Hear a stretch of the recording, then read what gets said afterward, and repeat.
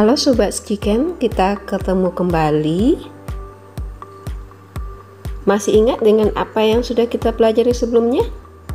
Ya, kita sudah membahas tentang arus dan hukum Ohm. Masih ingat kan tentang arus dan hukum Ohm? Pada pertemuan kita hari ini, kita akan membahas masih tentang kelistrikan, yaitu tentang hukum Kirchhoff dan percobaan tentang hukum Kirchhoff. Sebenarnya siapa sih Kirchhoff itu? Ada yang tahu? Ya, Kirchhoff itu adalah seorang fisikawan Jerman.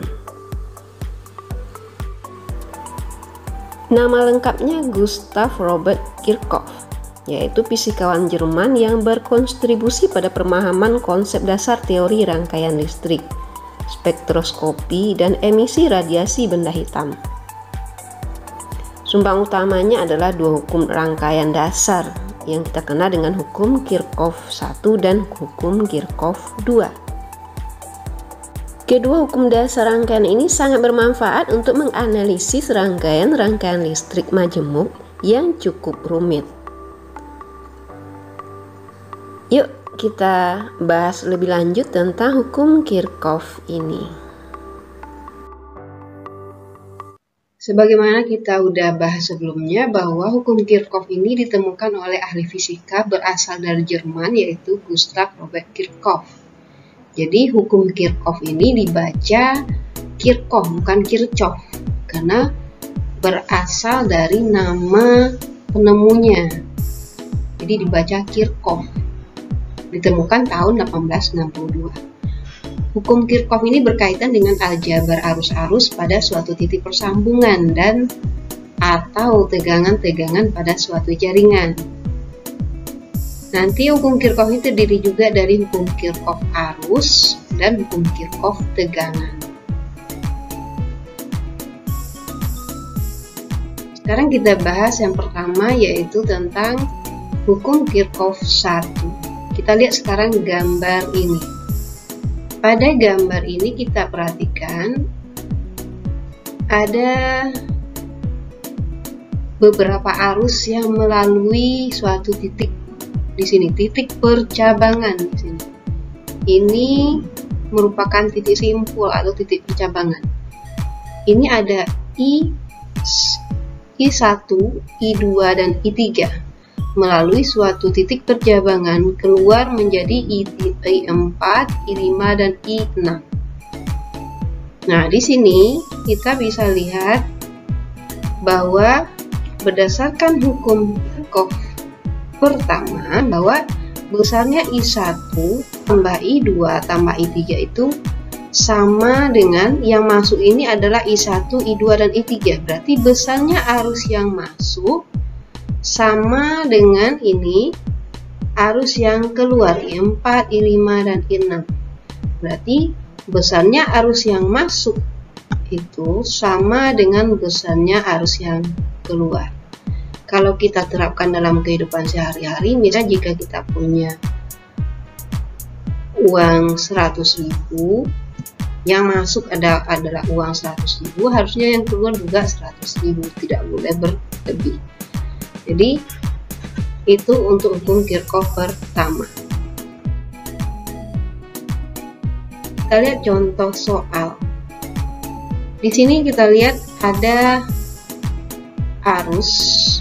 Di sini kalau kita lihat dari arah panah, berarti yang masuk ini adalah I2 dengan I3. Sedangkan yang keluar adalah I1 dan I4. Nah, jika diketahui pada soal ini I1-nya di sini adalah 5, kalau di sini 5,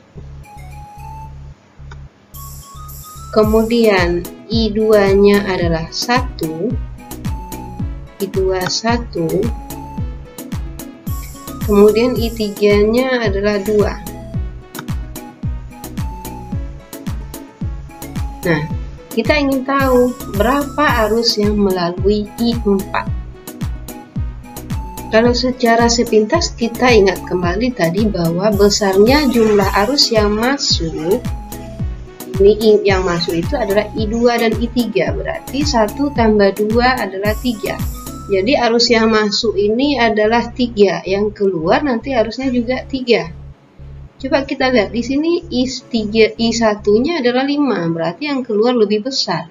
Sementara I4 kita belum tahu ada berapa. Kalau secara logika bahwa I4 ini harusnya nanti menjadikan I1 ini menjadi 3 juga. Berarti di sini I4 ini harusnya min 2. Oke, untuk lebih lengkapnya kita lihat apakah betul I4 itu adalah min 2.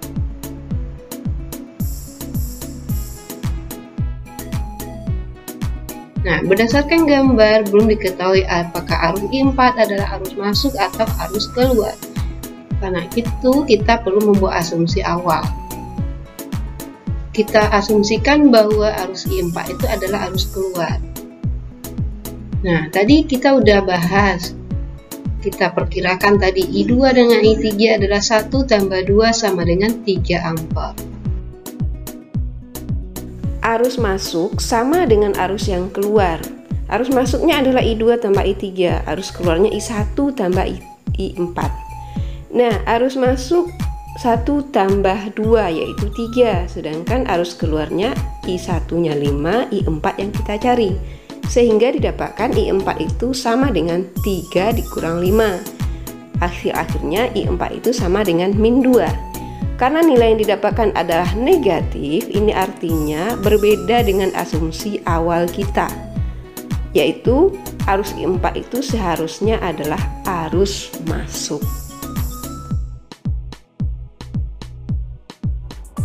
Oke, sekarang waktunya kita membahas tentang hukum 2 Kirchhoff. Ada yang tahu apa itu hukum 2 Kirchhoff?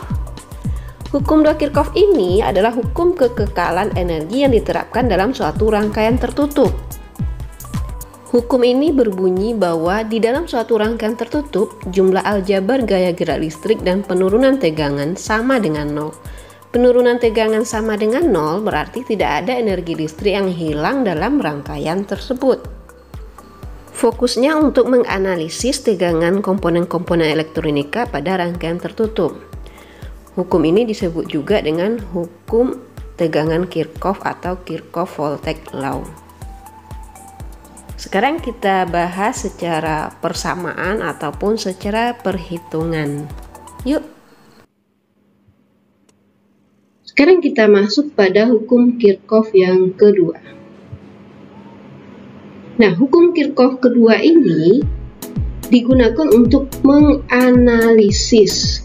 Ingat, untuk menganalisis tegangan. Jadi untuk menganalisis tegangan atau beda potensial. Ingat kembali kita udah bahas sebelumnya tentang beda potensial. Komponen-komponen elektronika pada suatu rangkaian tertutup. Jadi untuk hukum Kirchhoff 2 ini sudah dalam bentuk rangkaian tertutup. Hukum Kirchhoff 2 juga dikenal dengan sebutan hukum tegangan Kirchhoff atau Kirchhoff Voltage Law (KVL). Kita lihat bunyinya bahwa total tegangan atau beda potensial pada suatu rangkaian tertutup adalah 0. Jadi sigma E, sigma itu jumlah totalnya, E itu adalah sumber tegangan, tambah sigma V sama dengan 0. Jadi sumber tegangannya itu apakah dalam bentuk E atau dalam bentuk V, jumlah totalnya itu adalah 0. Oke, kita lihat suatu rangkaian. Ini ada suatu rangkaian tertutup. Nah, di sini adalah merupakan suatu rangkaian tertutup. Ini ada 4 buah resistor dihubungkan. Ini titik A, titik B, C, dan D. Nah, berdasarkan gambar ini, rumus tegangannya sesuai dengan hukum Kirchhoff 2 itu adalah VAB adalah tegangan antara titik A dan B tambah VBC yaitu tegangan antara titik B dan C tambah VCD yaitu tegangan antara titik C dan D dan tegangan antara titik D dan A. sama dengan 0. Sebelum kita menyelesaikan persamaan hukum Kirchhoff 2 ini, misalnya ini ada suatu rangkaian. Ini rangkaiannya udah dikasih nilai. Nah, ketentuan untuk menyelesaikan hukum Kirchhoff seperti ini, langkah pertamanya itu kita tentukan dulu arah loopnya. Kita ingin menentukan arah loop ini, yang ini adalah arah loop. Ini arah loop ini tergantung kita saja mau tentukan kemana. Kemudian ada perjanjian tanda. Kemudian terapkan hukum Kirchhoff 1. Oke, sekarang kita lihat perjanjian tandanya apa sih? Nah, untuk GGL atau tegangan, tegangan itu bisa dilambangkan dengan huruf I atau huruf V, itu sama-sama tegangan. Jika arah kuat arus listrik searah dengan arah loop,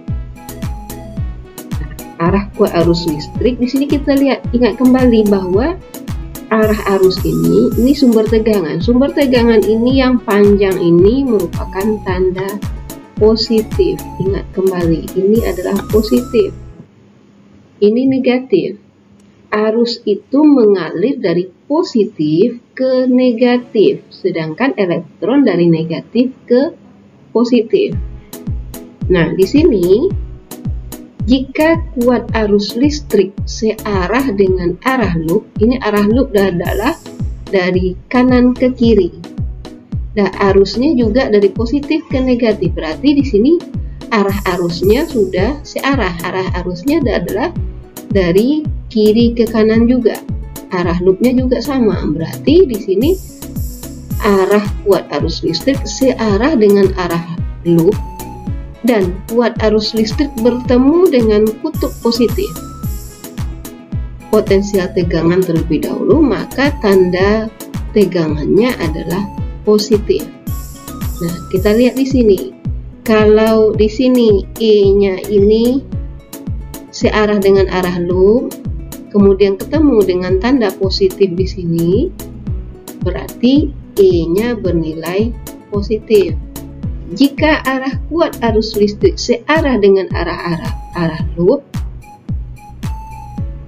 dan kuat arusnya ketemu dengan tanda negatif terlebih dahulu, maka E-nya adalah negatif. Itu ketentuan.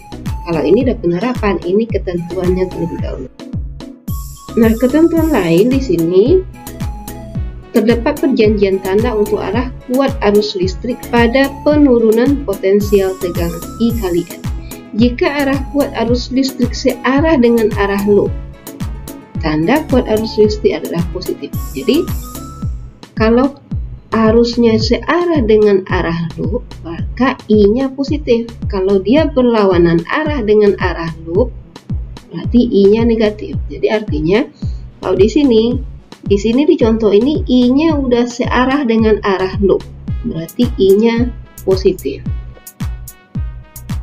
Nah, dari soal yang sama tadi, kita lihat di sini.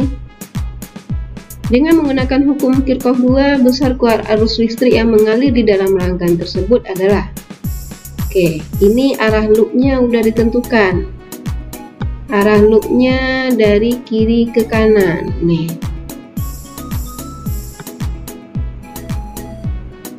Nah, kemudian arah arusnya ini. Nah, arah arusnya ke sini.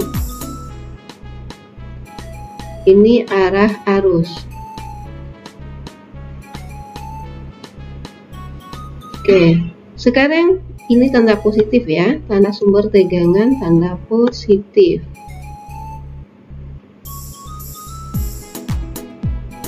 Nah, berarti kalau dari pernyataan tadi, berarti arusnya nilai positif karena ada searah dengan arah loop. Sekarang kita lihat apakah E-nya positif atau negatif. Kita ketemu yang mana dulu? Nah, arah arus di sini jalan ke sini sampai di sini dia ketemu positif. Berarti E1 di sini adalah positif. Ini adalah E1 atau V1. Ini E1-nya adalah positif. Kemudian jalan ke sini melanjutkan, di sini dia ketemu negatif, berarti E2-nya nanti adalah negatif.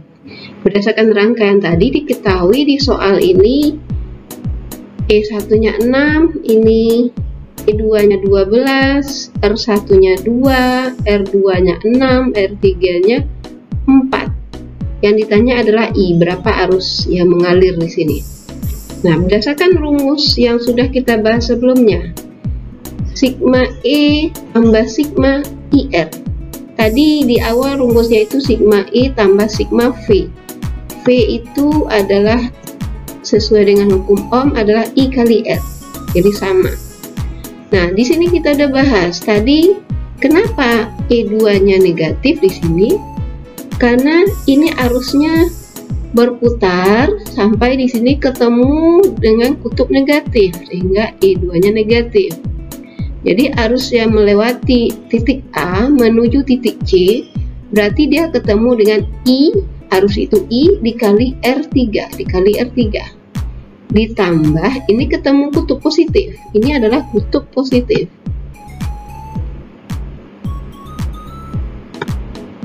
Nah, ini kutub positif, berarti nilainya positif E1. Ditambah sampai di sini arusnya ketemu dengan R2, berarti I kali R2. Nah, I kali R2. Sampai di sini ketemu dengan R1, berarti I kali R1. Di sini E2-nya udah tadi sama dengan 0. Jadi, ini adalah penjabaran dari rumus yang di atas.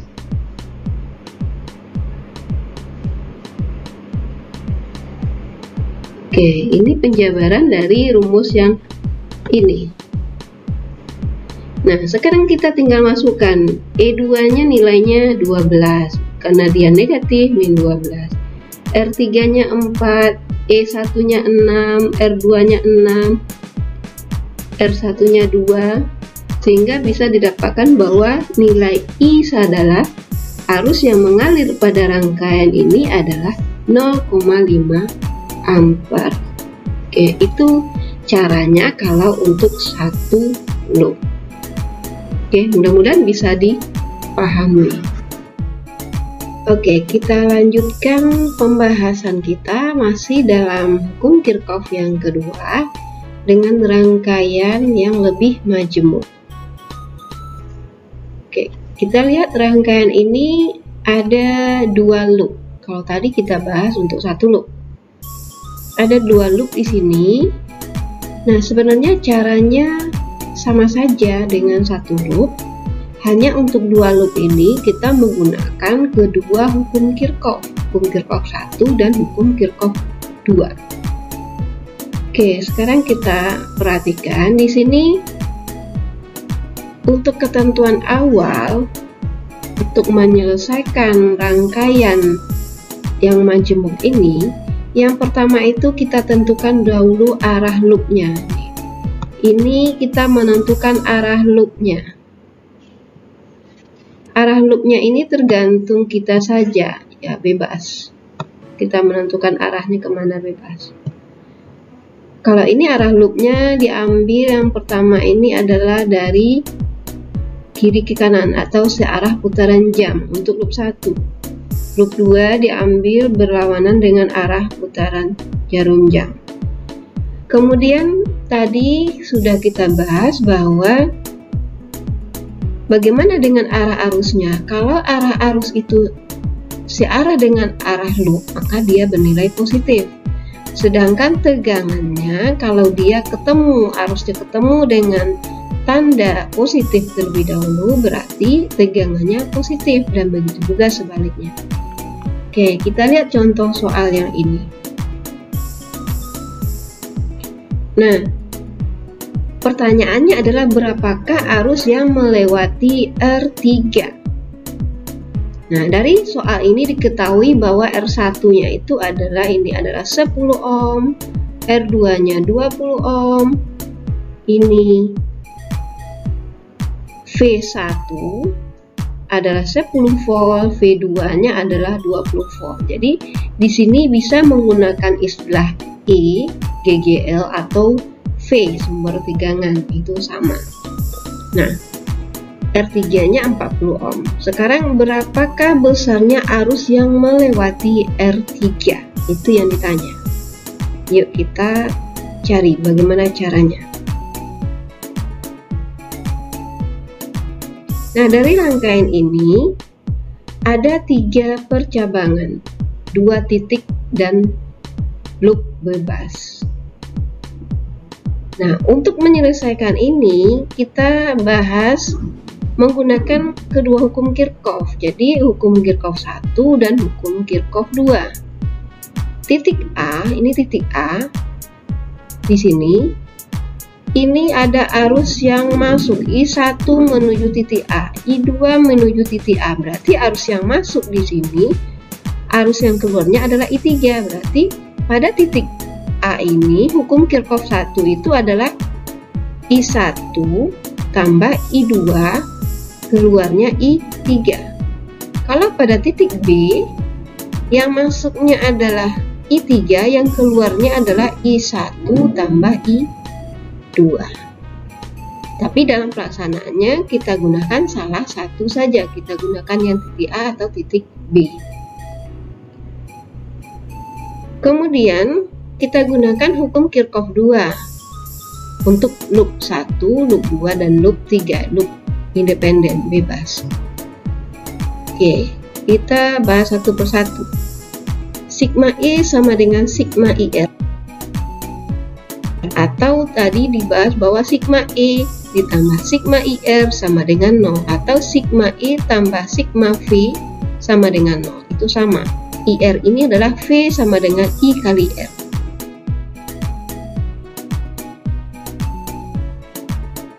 Oke, untuk menyelesaikan rangkaian majemuk seperti ini, kita kembali ke ketentuan awal tadi, bahwa yang pertama kita harus menentukan arah loop.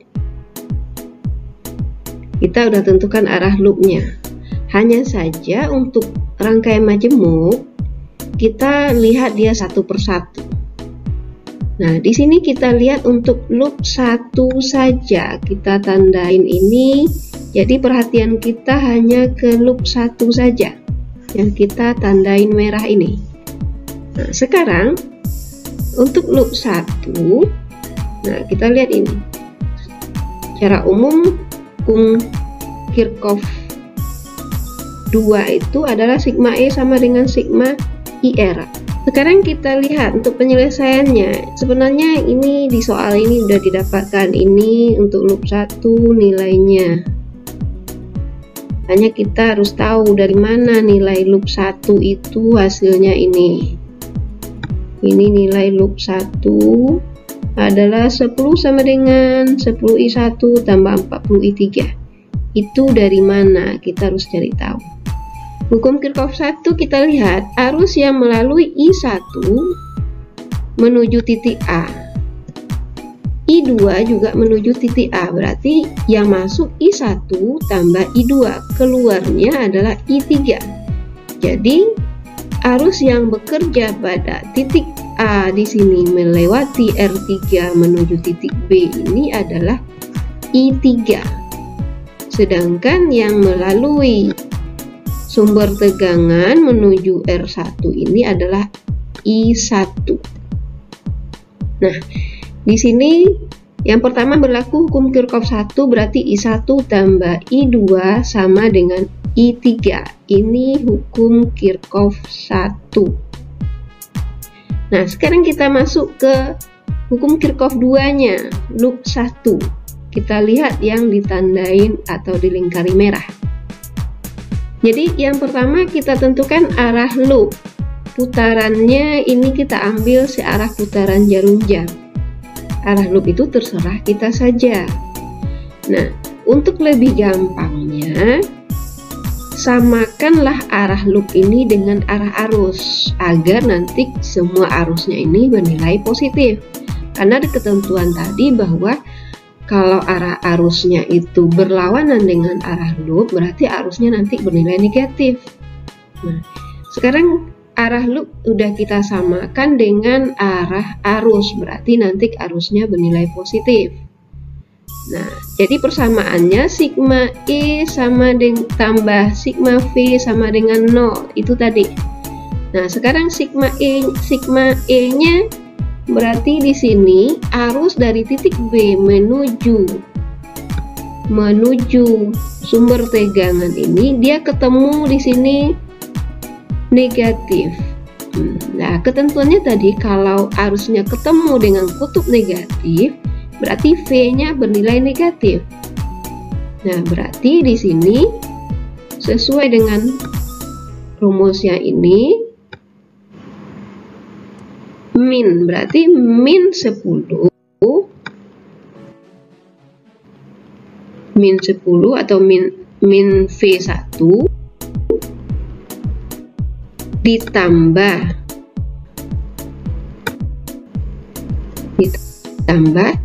sigma IR. IR-nya ini yang mana? Nah, yang melewati R1, ini yang melewati R1 ini adalah I1R1 ditambah I3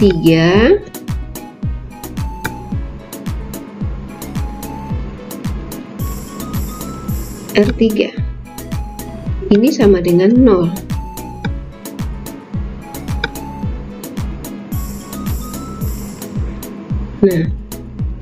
Nah, ini kenapa jadi 10, jadi positif? Nah, di sini kan sama dengan 0. Min 10 ini kita pindah ruaskan ke sebelah, berarti dia menjadi positif. Sehingga didapatkan bahwa untuk loop 1 itu ini 10 sama dengan I1R1 tambah I3R3. Nah, sekarang kita dapatkan persamaan satunya. Nah, tinggal kita masukkan V1 nya tadi 10, R1 nya 10, I1, R3 nya 40, I3 ini I1 tambah I2 kita ubah. Ini kita kalikan ke dalam, ini juga kita kalikan ke dalam, sehingga didapatkan ini hasilnya. Nah, tinggal kita dapatkan hasil akhirnya adalah ini. Nah, kalau ini tadi 40 I3, ini baru sampai di sini 40 I3, belum diubah ke hukum Kirchhoff satunya. Nah, ini di akhir kita sama bagi 10, kita sederhanakan, ini menjadi persamaan A atau yang pertama. Oke, itu untuk loop yang pertama. Semoga bisa dipahami ya. Kemudian kita lanjut ke loop yang kedua. Loop kedua di sini caranya sama dengan yang loop 1 tadi. Kita lihat terlebih dahulu, kita tandain dia dengan warna kuning. Oke, loop 2 kita gunakan yang ini saja yang kita perhatikan, yang ditandain kuning. Jadi rangkaian yang kita perhatikan yang ini saja. Nah, sama caranya tadi, kita juga gunakan yang rumus dasar ini. Sigma E tambah sigma V sama dengan 0. Di sini berarti kita lihat pada loop 2 ini arah loopnya udah sama dengan arah arus, berarti arusnya positif. Sekarang yang melalui R2, I2R2, kita lihat I2R2. Yang melalui I3, I3R3, oke udah. Nah, sekarang ini sampai di sini ketemu dengan kutub negatif, berarti min V2. Min V2 sama dengan yang ini tadi. Karena dia dipindah menjadi positif, berarti V2-nya menjadi positif karena dipindah ke sebelah. Dan jadi 20 sama dengan 20 I2 tambah 40 I1 tambah I2, I3-nya diganti dengan cara yang sama dengan loop 1 tadi, maka didapatkan bahwa nilai loop 2 itu adalah 1 sama dengan 2 I1 tambah 3 I2.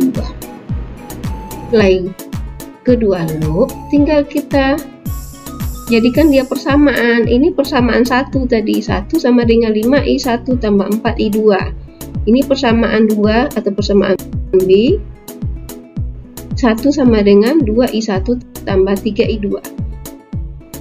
Untuk menyederhanakan kan kita gunakan eliminasi. Ini kita sama-sama kali 2, ini yang ini kali 5. Ini berarti 2 sama dengan 10i1 tambah 8i2. Ini kali 5, 5 sama dengan 10i1 tambah 15i2 ini. Kita kurangkan berarti 2 kurang 5 min 3. Ini jadi habis 8 kurang 15i2 sama-sama i2 berarti min 7i2. I2 nya berarti dapatnya 0,428. Dapat i2. Nah, dapat i2 bagaimana selanjutnya? Nah, dapat I2 berarti tinggal kita masukkan ke salah satu persamaan A atau persamaan B. Nah, I2 nya ini masukkan ke salah satu. Jadi ini kita gunakan persamaan 1.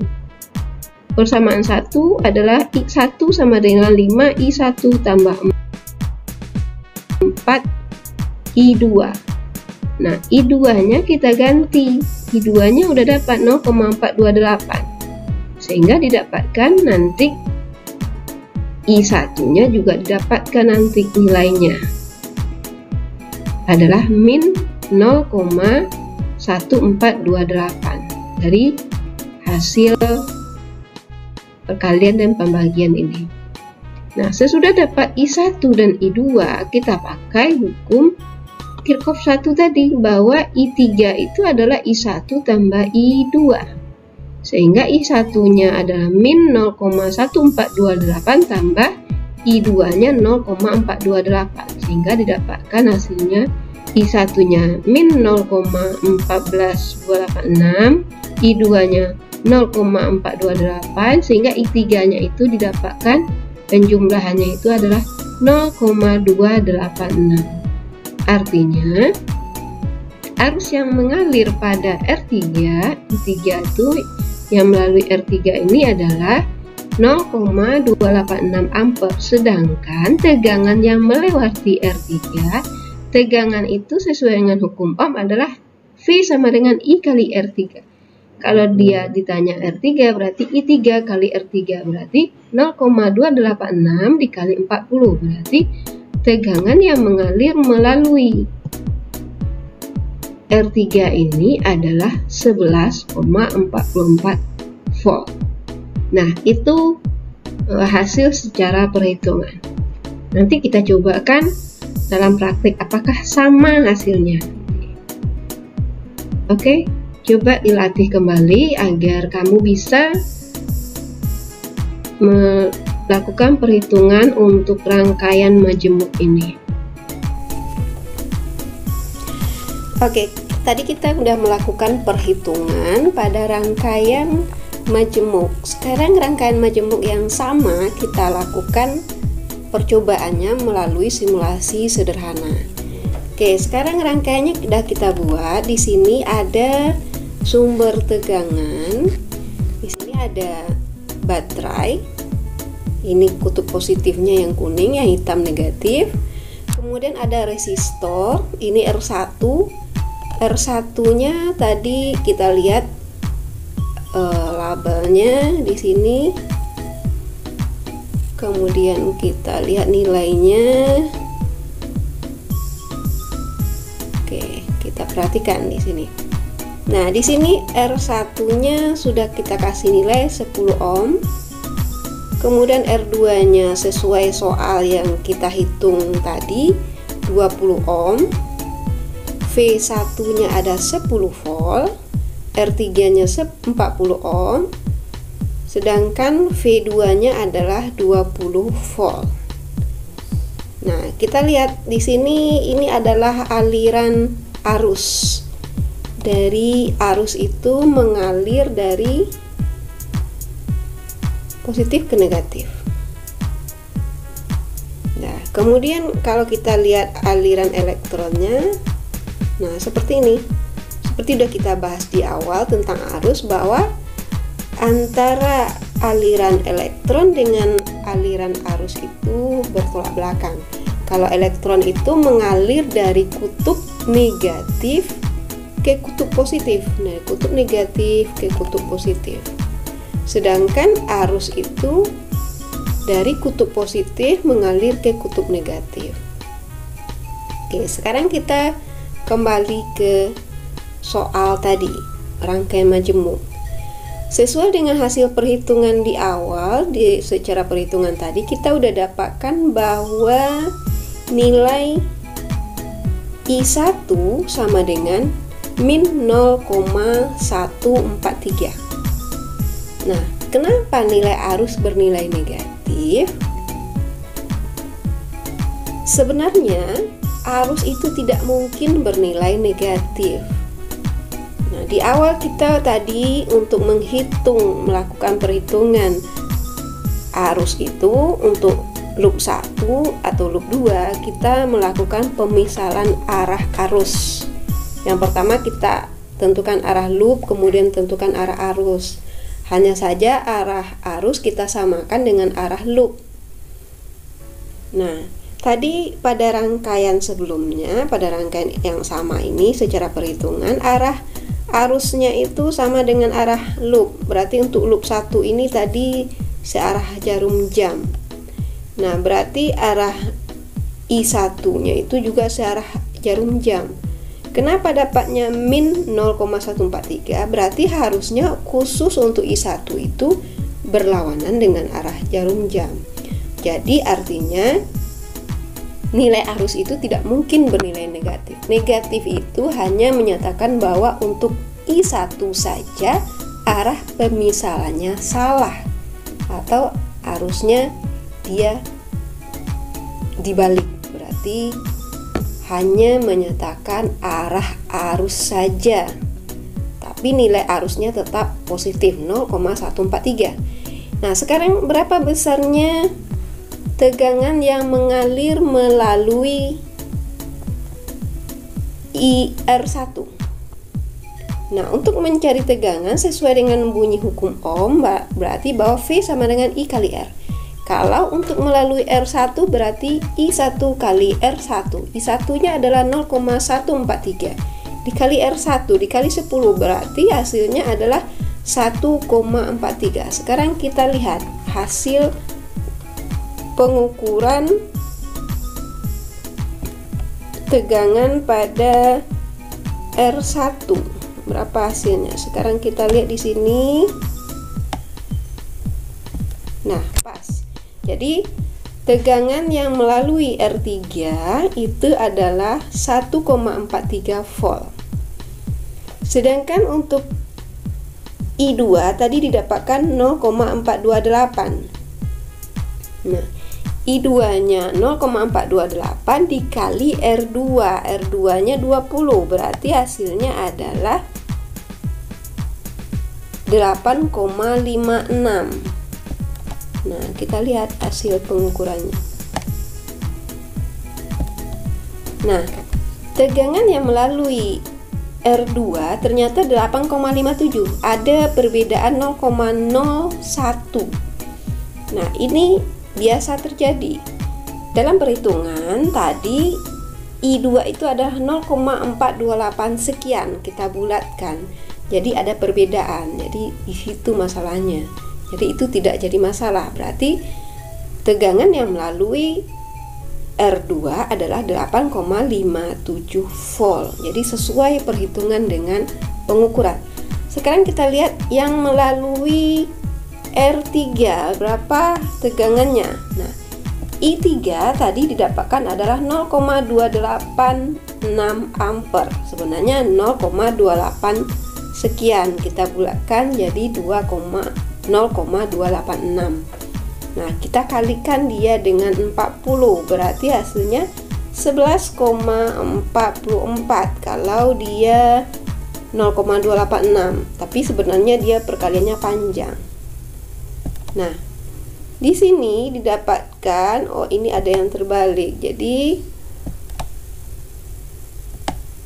tegangannya adalah yang melalui R3 adalah 11,43 volt. Jadi sesuai, ada perbedaan 0,0 sekian sama dengan yang R2 tadi. Jadi itu masalah perkalian saja. Jadi antara hasil perhitungan dengan pengukuran kita dapatkan sesuai. Jadi itu caranya untuk menghitung besarnya arus, besarnya tegangan pada rangkaian majemuk. Oke, semoga bisa dipahami. Kita udah buktikan secara perhitungan ataupun secara pengukuran untuk hukum Kirchhoff ini. Oke sobat, demikian pembahasan kita kali ini. Jangan lupa subscribe, like, and share ya, agar dapat info terbaru tentang studio ini. Terima kasih atas kunjungannya. Kita ketemu lagi pada episode yang lain. See you.